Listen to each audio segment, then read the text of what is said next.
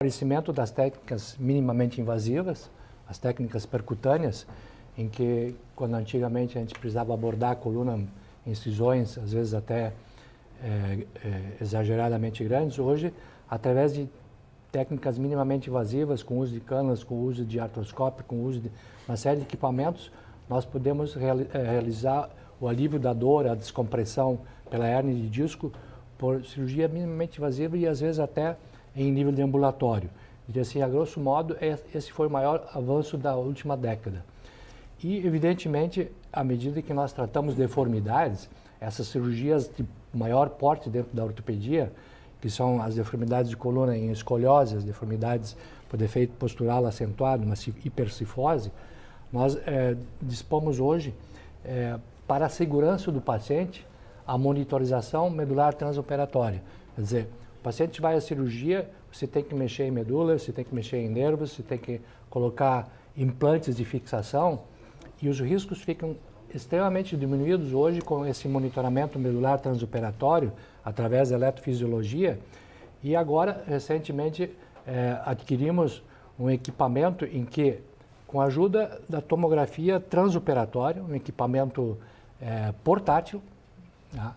Nós fazemos no início da cirurgia uma tomografia, e esse tomógrafo acoplado a um navegador permite que a gente interaja de modo que numa imagem virtual, num plano real, você coloque o seu dispositivo, no caso, digamos, um parafuso dentro de um pedículo, sob controle milimétrico. Então você tem a eletrofisiologia controlando o nervo que você está abordando, ou em torno dele, para que não seja lesado, e ao mesmo tempo a imagem te permitindo, num controle milimétrico, a colocação do teu implante.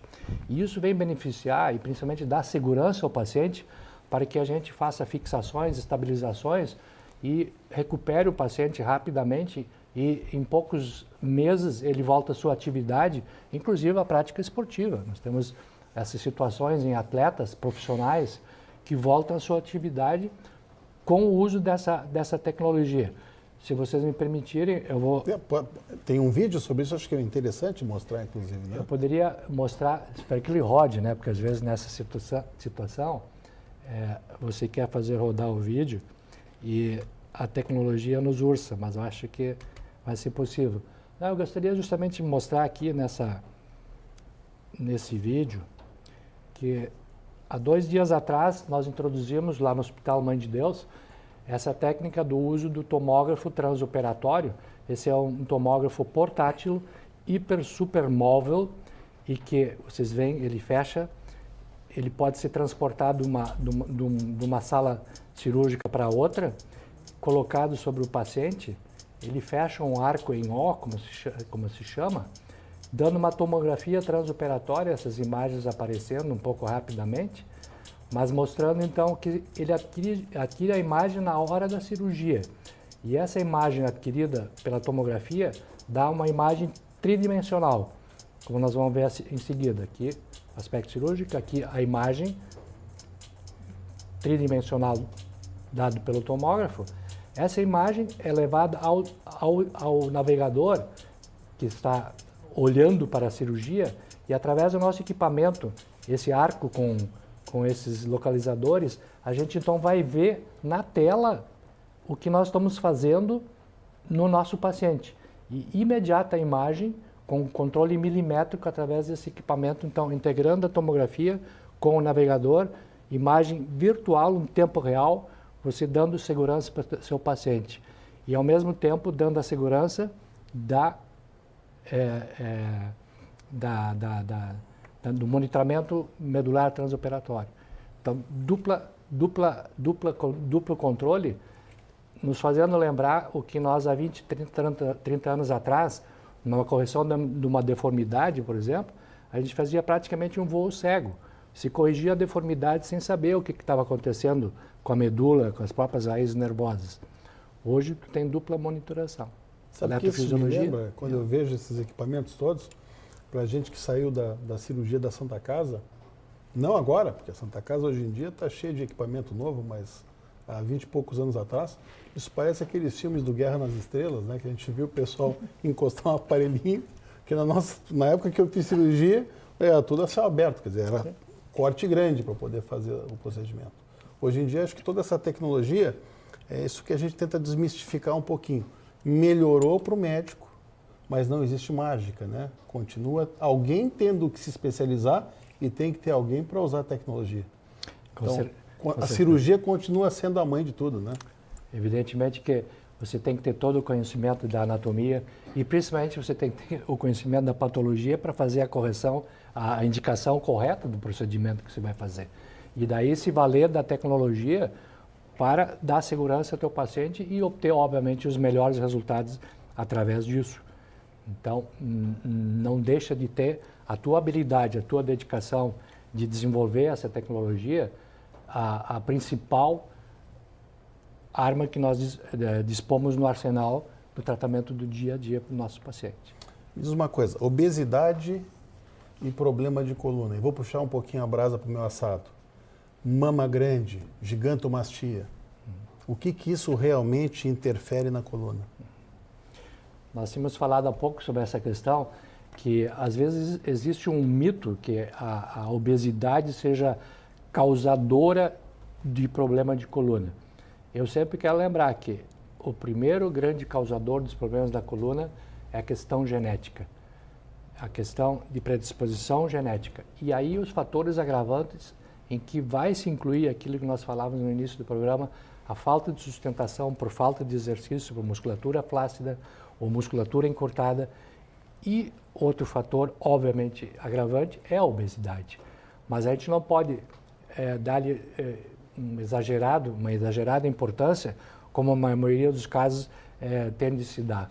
Não, eu não posso taxar o meu paciente, se é obeso vai ter problema de coluna, não é assim. E essa queixa da mama grande? Que elas chegam com marca, inclusive, do sutiã? Claro, quando você está no extremo, evidentemente, né? Onde então uma gigantomastia, evidentemente vai levar ao aumento da cifose e os problemas decorrentes daí. Mas aí, aquela noia de qualquer 10 quilinhos a mais ou 5 quilinhos a mais vai te trazer problemas de coluna? Não. Eu não tenho essa ideia. É claro, eu vejo que o grande problema nosso no agravamento é o sedentarismo, é a não atividade daquilo que nós vimos falando, e manter-se em forma é primordial. Manter-se em forma, né? A obesidade na tua área hoje em dia tem sido um dos motivos de grande procura, né? Grande procura, mas muito mais a questão da preocupação para governos, né? E até mesmo uma epidemia que está se alastrando. Antigamente se dizia pelo mundo ocidental, mas hoje em dia, quando a gente vê que praticamente já não existe mais a culinária mediterrânea, que os chineses aprenderam a comer e infelizmente aprenderam a comer do modo ocidental, não existe mais então essa obesidade que se dizia obesidade ocidental se espalhou pelo mundo inteiro. A grande oferta de glicídios, ou os erroneamente chamados carboidratos, né, se expandiu pelo mundo e agora a gente tem no mundo inteiro um sério problema em relação à obesidade. Há dois alertas muito importantes emitidos recentemente pela Organização Mundial da Saúde.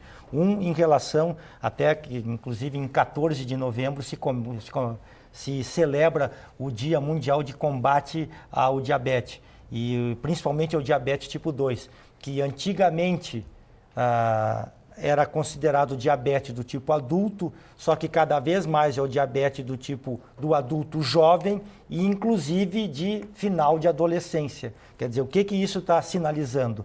Que os problemas decorrentes da obesidade, que é um dos fatores mais comprometedores em relação à presença, ao aparecimento do diabetes tipo 2, né, se fazem cada vez mais presentes e mais precocemente na sociedade. Segundo aspecto também a ressaltar, o outro alerta sério que a Organização Mundial de Saúde fez, é que havia uma projeção de que a humanidade estava numa curva ascendente em relação à sua expectativa de vida.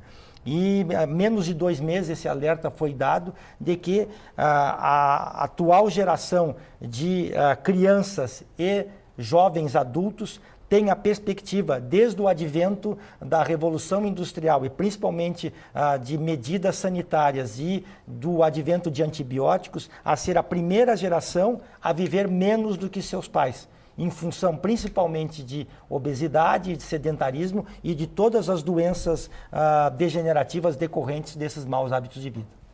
Essa expectativa de vida vai diminuir, então? Se esperava, o professor Mário Rigato, quem teve a oportunidade de algum dia escutar suas palestras, dizia que por volta de 2050, 2070, o ser humano estaria vivendo bem 105, 110, quem sabe até 130 anos.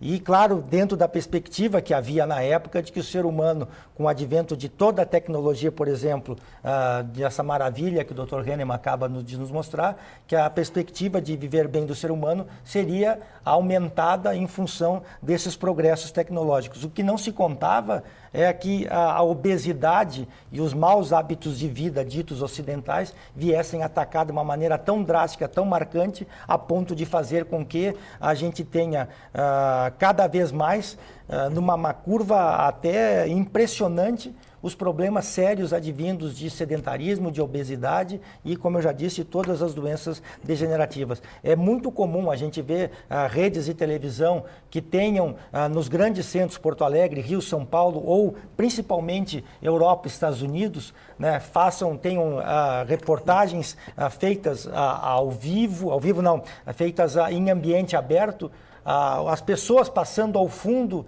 Dificilmente se vê uma pessoa que não seja obesa.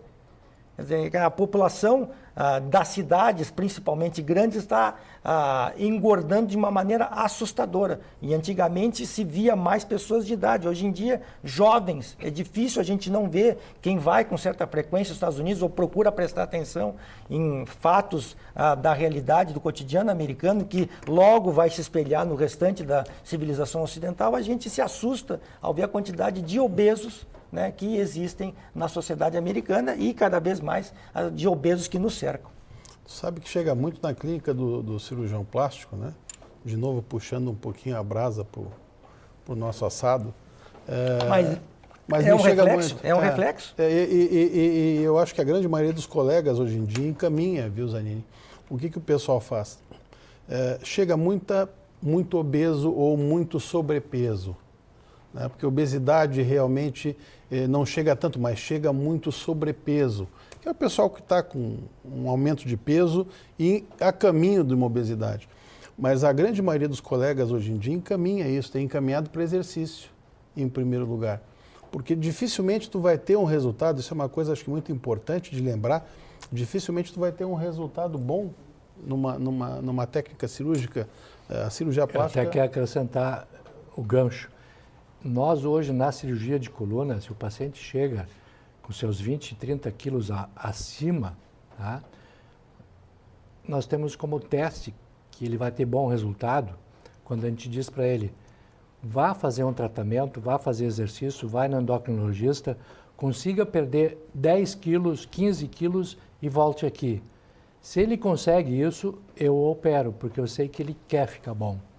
Se ele não consegue isso, eu reluto muito em indicar a cirurgia de coluna, porque é um paciente que não consegue superar uma série de coisas. E para conseguir perder peso, obviamente, é que nem parar de fumar, que nem parar de ter uma série de vícios. A obesidade tem um componente que todos nós sabemos. Isso é importante que o telespectador entenda, que nós estamos na presença de dois ótimos cirurgiões, porém não são mágicos, né? Então, tem que prestar muita atenção nisso. Quer dizer, tudo tem um limite, inclusive a grande habilidade cirúrgica deles. Mas nós queremos agradecer muito a presença do Dr. Sérgio, do Dr. Zanini. Estava ótima a conversa com vocês e a gente espera vocês muitas vezes aqui. E você participe conosco. Entre no nosso site www.programavivamais.com.br e interaja conosco. Mande dicas de pauta e ligue para a nossa produção 8177-7440 e a gente te espera no próximo sábado.